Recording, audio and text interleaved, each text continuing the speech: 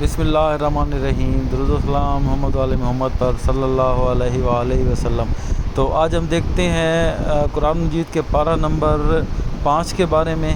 پارہ نمبر 5 میں جو اللہ تعالیٰ کی طرف سے احکامات نازل ہوئے، ان کی مین پوائنٹس جو ہیں اس کا مختصر مگر جامع ترجمہ جو باتیں اکٹھی کر کے آپ تک پہنچانے کی کوشش کی گئی ہیں وہ یہ ہیں۔ اس پارے میں 8 باتیں ہیں۔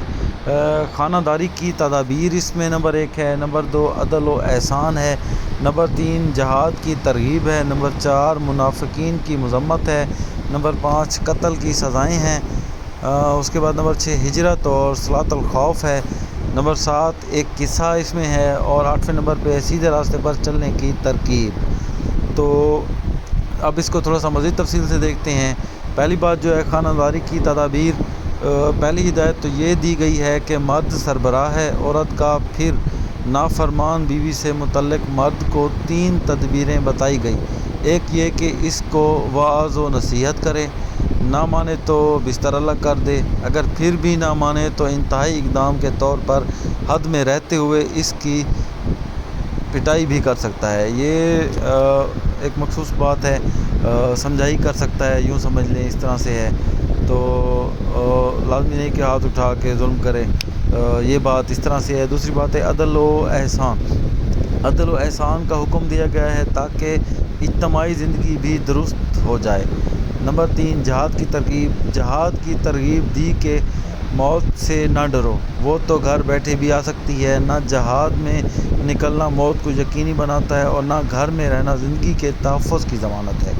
تو جہاد کا اس میں ذکر ہے۔ اس کے بعد منافقین کی مذمت ہے۔ منافقین کی مذمت کر کے مسلمانوں کو ان سے چوکنا کیا ہے کہ خبردار، یہ لوگ تمہیں بھی اپنی طرح کافر بنانا چاہتے ہیں۔ اس کے بعد قتل کی سزاؤں کا ذکر ہے۔ قتل کی سزائیں بیان کرتے ہوئے بڑا سخت لہجہ استعمال ہوا ہے کہ مسلمان کو جان بوجھ کر قتل کرنے والا ہمیشہ جہنم میں جلے گا، مراد اس سے جائز سمجھ کر قتل کرنے والا۔ اللہ معافی دے۔ ہجرت اور صلاۃ الخوف۔ جہاد کی ترغیب دی تھی، اس میں ہجرت بھی کرنی پڑتی ہے، اور جہاد اور ہجرت میں نماز پڑھتے وقت دشمن کا خوف ہوتا ہے، اس لیے صلاۃ الخوف بیان ہوئی ہے۔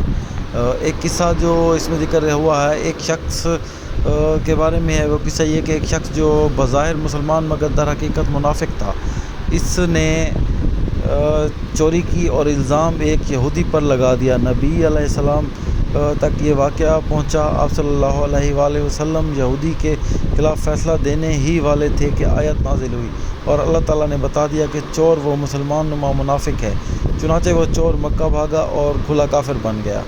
تو بعض اوقات اس طرح کے معاملات بھی اسلام میں ہوئے ہیں، مختلف قصے سامنے آئے ہیں۔ یہ بھی ایک چھوٹا سا قصہ تھا جسے انتہائی مختصر کر کے بیان کیا گیا ہے کہ بعض اوقات فیصلے کس طرح سے ہوتے ہیں اور بعض اوقات کس طرح سے ہو سکتے ہیں۔ تو یہ ایک شارٹ کرنے کی کوشش کی گئی، اس میں کمی بیشی اللہ تعالیٰ کی ذات معاف کرنے والی ہے۔ میں نے اپنی طرف سے کوئی بھی لفظ نہ ایجاد کیا نہ اس میں کمی کی، اور میری کوشش بھی ہمیشہ یہی رہتی ہے۔ اگر کچھ غلط ہو تو واللہ عالم، اللہ تعالیٰ مجھے معاف کرے۔ میری ہرگز یہ کوشش نہیں کہ میں جان بوجھ کر غلط چیز آپ تک پہنچاؤں، لیکن کوشش کی گئی ہے کہ آپ تک درست چیزیں پہنچائی جائیں۔ آخری بات جو ہے سیدھے راستے پر چلنے کی ترغیب۔ شیطان کی اطاعت سے بچو، وہ گمراہ کن ہے، اور ابو الانبیاء ابراہیم علیہ السلام کی اتباع کرو، عورتوں کے حقوق ادا کرو، منافقین کے لیے سخت عذاب ہے۔ یہ چیدہ باتیں تھیں جو پارہ نمبر 5 میں بتائی گئی ہیں کہ اللہ تعالیٰ نے اس بارے میں کیا کیا بیان کیا۔ میں پھر دوبارہ ایک دفعہ تھوڑی سی وضاحت کرتا ہوں۔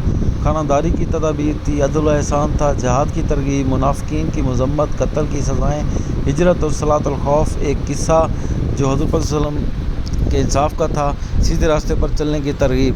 یہ چند باتیں تھیں جو پارہ نمبر 5 میں بیان کی گئی۔ میرے ساتھ رہیں انشاءاللہ، اسی طرح سے ہی باقی قرآن مجید کے جتنے سپارے ہیں ان کی بھی مختصر ترجمہ و تشریح کر کے آپ لوگوں تک پہنچانے کی کوشش کی جائے گی۔ ابھی تک کے لیے اتنا ہی، ملتے ہیں اگلی ویڈیو میں۔ خدا حافظ۔ اور اس کے علاوہ میرے ساتھ باقی جو ویڈیوز میں نے اپلوڈ کی ان کو بھی دیکھیں، چینل کو شیئر کریں، سبسکرائب کریں، لائک کریں۔ آپ کا بہت بہت شکریہ۔